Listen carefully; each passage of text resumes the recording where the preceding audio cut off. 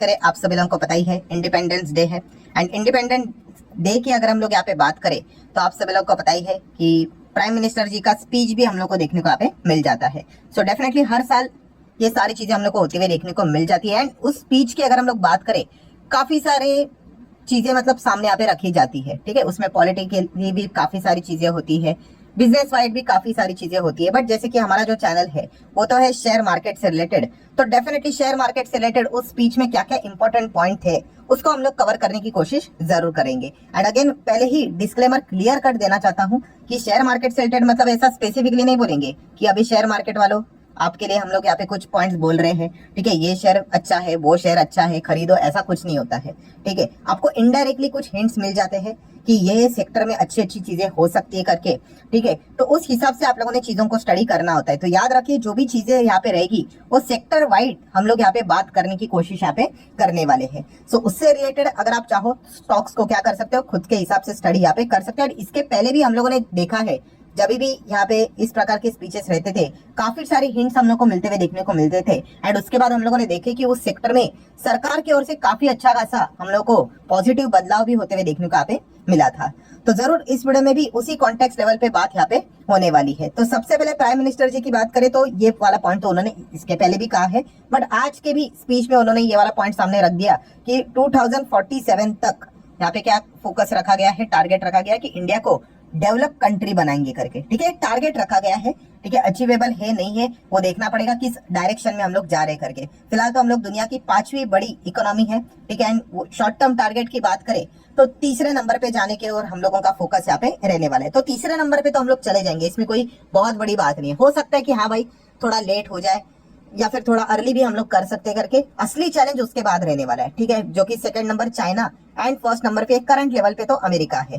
ठीक है, तो ये एक पॉइंट देखने को यहाँ पे मिल रहा है। देन अगर हम लोग बात करें प्राइम मिनिस्टर जी की, तो उन्होंने कहा है कि जितने भी सेक्टर हम लोग को देखने को मिल जाते हैं उसमें टेक्नोलॉजी का इन्वॉल्वमेंट अभी सबसे बड़ा गेम चेंजर यहाँ पे साबित होने वाला है। ठीक है, आप देख सकते हो जो जो भी चीजें आपको देखने को मिलती है वहां पे अगर टेक का इस्तेमाल नहीं हो रहा है तो वो सेक्टर ही मर रहा है, या फिर हम कह सकते हैं कि उससे रिलेटेड जो काम हो रहा था वही खत्म होते हुए देखने को मिल रहा है। सो अगर आप भी अपनी निजी लाइफ में कोई भी चीज अगर कर रहे हो तो टेक्नोलॉजी का इस्तेमाल उसमें जरूर कर लेना, ये काफी इंपॉर्टेंट है। अभी जैसे कि अगर मैं अपनी ही बात कर लूं, मैं आपको क्या कर रहा हूँ, बेसिकली टीचिंग बोलते हैं इसको, सिखा रहा हूं मैं आपको, बट इसमें क्या हो गया, टेक्नोलॉजी जुड़ गई। ठीक है, इसीलिए टेक्नोलॉजी की ताकत इतनी है कि दुनिया के किसी भी कोने में अगर आप बैठे होंगे, ठीक है, तो भी आप इस वीडियो को देख सकते हो, किसी के भी वीडियो को देख सकते हो, सीख सकते हो। तो इसीलिए टेक्नोलॉजी के ऊपर ज्यादा से ज्यादा लोगों ने ध्यान देना चाहिए। अगर आप जॉब भी कर रहे हो तो खुद को टेक्नोलॉजी से रिलेटेड अपडेट रखने की कोशिश कीजिए। जो जो नई टेक्नोलॉजी यहाँ पे आ रही है तो उस हिसाब से खुद को बार बार आप लोगों ने अपडेटेड यहाँ पे रखना है, तभी जाके आपका इवॉल्वमेंट हम लोग को होते हुए देखने को यहाँ पे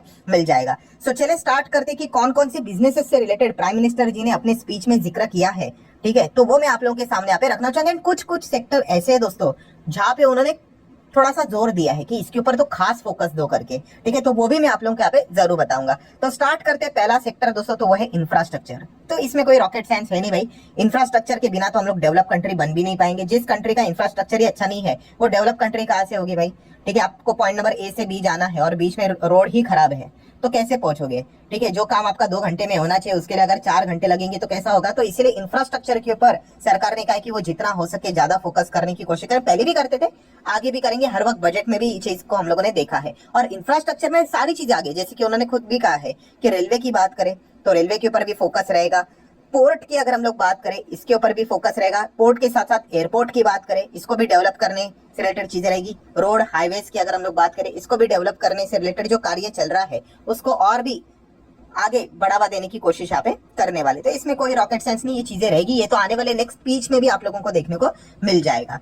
देन अगर हम लोग बात करें दोस्तों तो no doubt renewable energy. Renewable energy तो आप सभी लोगों को पता ही है, काफी ज्यादा सरकार इस सेक्टर को लेकर पॉजिटिव देखने को यहाँ पे मिल रहा है। एंड रिन्यूएबल एनर्जी से रिलेटेड जैसे कि प्राइम मिनिस्टर जी ने भी यहाँ पे बताया है कि G20 कंट्रीज की अगर हम लोग बात करें, जितने भी देश है उसमें से इंडिया ही सबसे ज्यादा एफर्ट लेते हुए देखने को यहाँ पे मिल रहा है इस सेक्टर से रिलेटेड।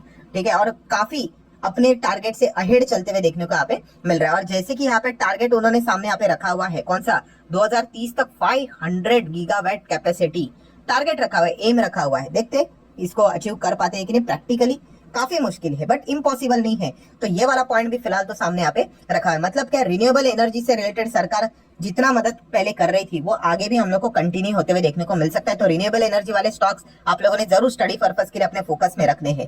देन अगर हम लोग बात करें, सभी इसी से रिलेटेड जुड़े हुए हैं, रिन्यूएबल एनर्जी से रिलेटेड ही। क्लीन एनर्जी बात करें, ग्रीन एनर्जी की यहाँ पे बात करें, सोलार की अगर हम लोग बात करें, देन आपको पता ही है सूर्य प्रधानमंत्री जो मुफ्त बिजली योजना की अगर हम लोग बात करें, ठीक है, तो इसका भी जिक्र हम लोग को होते हुए देखने को मिल गया। ठीक है, आने वाले समय में ऑब्वियसली ये स्कीम हम लोग को और भी बढ़ते हुए शायद से देखने को मिल सकती है।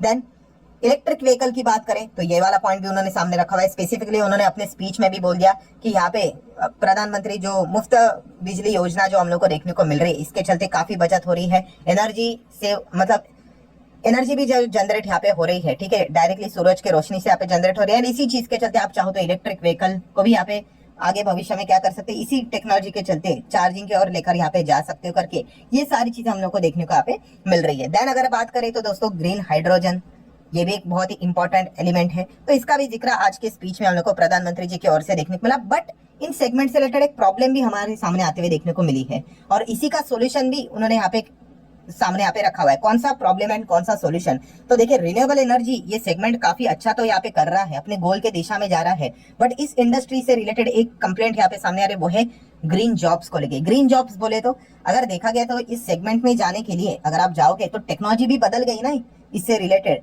तो वैसा स्किलफुल वर्क फोर्स भी आप लोगों के पास यहाँ पे चाहिए, ऐसे काम करने वाले लोग भी चाहिए। अभी फॉर एग्जांपल अगर आपके पास इलेक्ट्रिक व्हीकल गाड़ी है, ठीक है, अभी इलेक्ट्रिक व्हीकल गाड़ी से रिलेटेड अगर कोई प्रॉब्लम आया तो इसका रिपेयर करने से रिलेटेड भी गैराज अगर आप ढूंढोगे तो वैसा टेक्निकली भी वो इंसान चाहिए कि नहीं कि इस प्रॉब्लम को समझ सके करके। तो इससे रिलेटेड काफी दिक्कतें भी हम लोग को देखने को मिल रही है। इसी दिक्कत को सॉल्व करने के लिए, प्रॉब्लम को सॉल्व करने के लिए प्राइम मिनिस्टर जी ने हाईलाइट किया कि आने वाले समय में सरकार खुद ग्रीन जॉब से रिलेटेड बड़ी योजनाएं यहाँ पे सामने लेकर आ सकती है करके। तो ये एक पॉइंट हम लोग को जरूर देखने को यहाँ पे मिल रहा है, इसको आप जरूर नोट करके चल सकते हो। देन सेमीकंडक्टर की बात करें तो सेमीकंडक्टर भी ज्यादा फोकस में यहाँ पे आप रख सकते हो। यहाँ पे इस प्रोडक्शन से रिलेटेड भी, सेमीकंडक्टर से रिलेटेड यहाँ पे काम भविष्य में हम लोग को होते हुए देखने को मिल सकता है। इंडिया भी अगर देखा गया तो इसको एक्सपोर्ट करने से की और फोकस यहाँ पे रख रहा है। स्पीच में तो उन्होंने बोला है बट प्रैक्टिकली इतना भी सिंपल नहीं है, बट चलिए ये वाला भी एक पॉइंट हम देख सकते हैं। देन आर्टिफिशियल इंटेलिजेंसी, इसको भी बढ़ावा देने की कोशिश उन्होंने यहाँ पे बात अपने मतलब बातों में यहाँ पे सारी चीजें रखी हुई है स्पीच में। देन 5G की बात करें तो उन्होंने बताया 5G के साथ साथ अभी हम लोग 6G के ऊपर भी यहाँ पे फोकस कर रहे हैं, जितना जल्दी हो सके 6G भी लेकर आएंगे। और इतना फास्ट इंटरनेट स्पीड, ये सारी चीजें क्यों चाहिए, तो उन्होंने यहाँ पे बताया कि हम लोग 6G के ऊपर इसीलिए फोकस कर रहे हैं क्योंकि हम लोग पुश देना चाहते हैं किस चीज के ऊपर, तो उन्होंने कहा है कि गेमिंग सेक्टर को, यस गेमिंग सेक्टर के ऊपर हम लोग ज्यादा फोकस यहाँ पे करना चाहते हैं, इसलिए 6G जैसे वर्जन को भी हम लोग बढ़ावा देना यहाँ पे चाहेंगे करके। सो गेमिंग इंडस्ट्री भी आप फोकस में रख सकते हो। बट देखिए मैं थोड़ा सच ही बोलना चाहूंगा, गेमिंग इंडस्ट्री पहले काफी अच्छा कर रही थी बट बाद में सरकार ने खुद ही इस सेक्टर की बैंड बजा दी। कैसे के बैंड बजा दी, तो आपको भी पता ही है कि 28% का GST वो भी रेट्रोस्पेक्टिव इम्पैक्ट के साथ उन्होंने डाल दिया, ठीक है। और प्रॉब्लम क्या होता था, गैम्बलिंग ये एक अलग चीज है और गेमिंग ये दूसरी चीज होती है, ठीक है। तो गेमिंग वाले कहते थे ये स्किल है करके, गैम्बलिंग वाले बोलते थे नहीं नहीं हमारा भी स्किल है करके। और गैम्बलिंग वाले एक्चुअल में जो गेमिंग इंडस्ट्री के ऊपर टैक्स लगता है तो उसका लूप होल पकड़कर वो भी गैम्बलिंग वाले खुद को गेमिंग के हिसाब से ही क्या करवाते थे, खुद का टैक्स कैलकुलेशंस करके रिटर्न्स फाइल यहाँ पे करते थे। तो इसलिए सरकार ने क्या कर दिया, यहाँ पे गेमिंग गैम्बलिंग का जो लफड़ा था उसको ही सीधा यहाँ पे खत्म यहाँ पे कर दिया और बोल दिया कि भाई तुम गेमिंग करो या फिर गैम्बलिंग करो, ठीक है, गेम स्किल का हो या फिर चांस का, सबके सब 28% का GST निकालो, ठीक है। एंड वो भी जब से GST स्टार्ट हुए तब से निकालो रेट्रोस्पेक्टिवली। इसी में तो हम लोगों ने देखा काफी सारी कंपनी तो बर्बादी हो गए। डेल्टा कॉर्प जैसी कंपनी तो 4-5 हजार करोड़ की कंपनी, उसको तो बोला 20,000 करोड़ तुम्हारी लाइबिलिटी बनती है। सो यहाँ पे सरकार ने बात तो यहाँ पे रखी अच्छी है, ठीक है, बट एक्चुअल में इसका एग्जीक्यूशन भी उस लेवल पे यहाँ पे होना चाहिए, ठीक है। वरना अगर देखा गया, मैं खुद बता रहा हूँ कि future oriented business gaming industry में मुझे इतना इंटरेस्ट था क्योंकि अगर आप वर्ल्ड वाइड जाओगे तो कितनी अरबों खरबों की इंडस्ट्री है। बट हमारे देश की अगर हम लोग बात करें, ये इंडस्ट्री बड़े होने से पहले ही सरकार ने इतना बड़ा टैक्स यहाँ पे लगा दिया कि इसके बाद यहाँ पे अगर देखा गया प्रॉब्लम क्या होती है, जो फॉरेन इन्वेस्टर होते हैं तो फिर वो पैसा नहीं लगाते और वो पैसा अगर नहीं लगाएंगे वो बहुत बड़ा पैसा लेकर आते हैं। तो ये एक प्रॉब्लम हम लोग को देखने को मिल गई। तो स्पीच में तो प्राइम मिनिस्टर जी ने बात बोल दी है, बट अगर वो इसके ऊपर अगर ये वाला पॉइंट अगर कुछ करेंगे, ये जो गेमिंग से रिलेटेड 28% का GST, तभी जाके हम कह सकते कि उनके शब्द एक्शन से मैच हो सकते करके। अभी देख लेते आगे क्या होता है करके। बट उन्होंने ये तो कहा है यूथ को कि इन चीजों के ऊपर भी आप फोकस यहाँ पे रख सकते हैं करके। जैसे कि आप देख सकते हैं, prime minister urge the youth to lead in semiconductor and उसी के साथ साथ गेमिंग इंडस्ट्री ग्रोथ।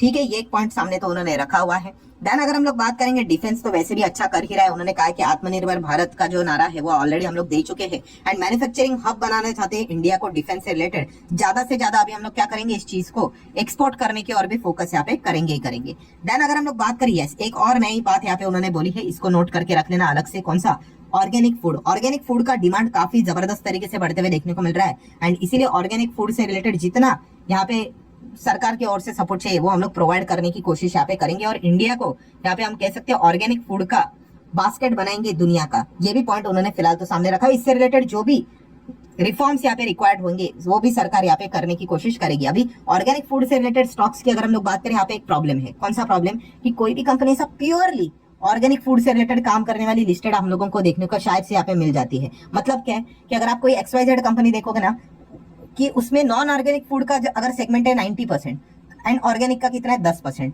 तो फिर भी उसमें अगर आप निवेश करोगे तो फिर प्रॉब्लम क्या हो जाती है, आपका जो मेजर पैसा है वो नॉन ऑर्गेनिक में ही जा रहा है। तो ये एक दिक्कत हम लोग को देखने को यहाँ पे मिल रही है। बट चलिए फिर भी देख लेते हैं यहाँ पे आगे क्या हो सकता है करके। देन अगर हम लोग बात करें दोस्तों, तो यस इसको जितना हो सके स्टार लगा दो, क्योंकि प्राइम मिनिस्टर जी ने तो दो बार इस सेक्टर का जिक्र किया है। और वो कौन सा सेक्टर दोस्तों, यस स्पेस सेक्टर की बात करें, स्पेस इंडस्ट्री की अगर हम लोग बात करें, तो सरकार ने यहाँ पे कहा है कि ये जो सेक्टर है आने वाले समय में और भी अच्छा यहाँ पे कर सकता है करके, इसी के ऊपर फोकस यहाँ पे देना। क्योंकि अगर दुनिया की अगर आपको बड़ी ताकत अगर यहाँ पे बननी है तो स्पेस सेक्टर ये काफी क्रूशियल यहाँ पे रहने वाली है और इसकी ग्रोथ स्टोरी भी हम लोग को काफी अच्छी देखने को मिल रही है। काफी सारे अलग अलग स्पेस मिशन भी भविष्य में होते हुए देखने को मिलने वाले हैं। तो ये एक पॉइंट उन्होंने यहाँ पे जरूर हाईलाइट यहाँ पे किया है, तो स्पेस सेक्टर को आप जरूर नोट करके यहाँ पे चल सकते हो। सो ठीक है दोस्तों, जितने स्पीच से रिलेटेड इंपॉर्टेंट पॉइंट्स थे वो मैंने आप लोगों के सामने यहाँ पे रख दिए हैं। तो समरी के फॉर्म में मैं इतना ही कहना चाहूंगा कि 5 सेक्टर ऐसे थे जहाँ पे उन्होंने खास करके यहाँ पे फोकस रखने की बात यहाँ पे की है। ठीक है, फोकस मतलब कोई रिकमेंडेशन नहीं होता भाई जाओ खरीदो करके,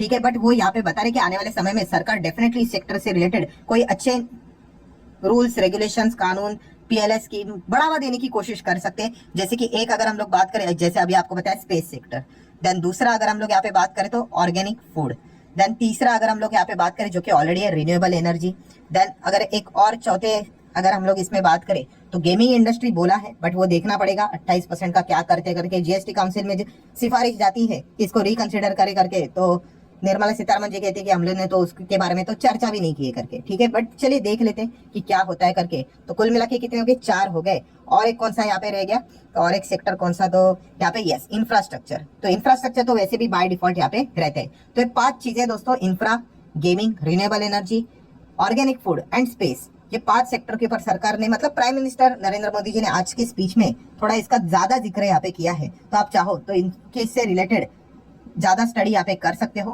ठीक है, इनसे रिलेटेड जो स्टॉक्स रहेंगे उनको भी फोकस में यहाँ पे रख सकते हो करके। सो ठीक है दोस्तों, आशा करता हूँ वीडियो हेल्पफुल लगा होगा। तो चाहो तो आप इसको लाइक एंड शेयर कर सकते हो। मिलते हैं नेक्स्ट वीडियो में, तब तक के लिए बाय बाय।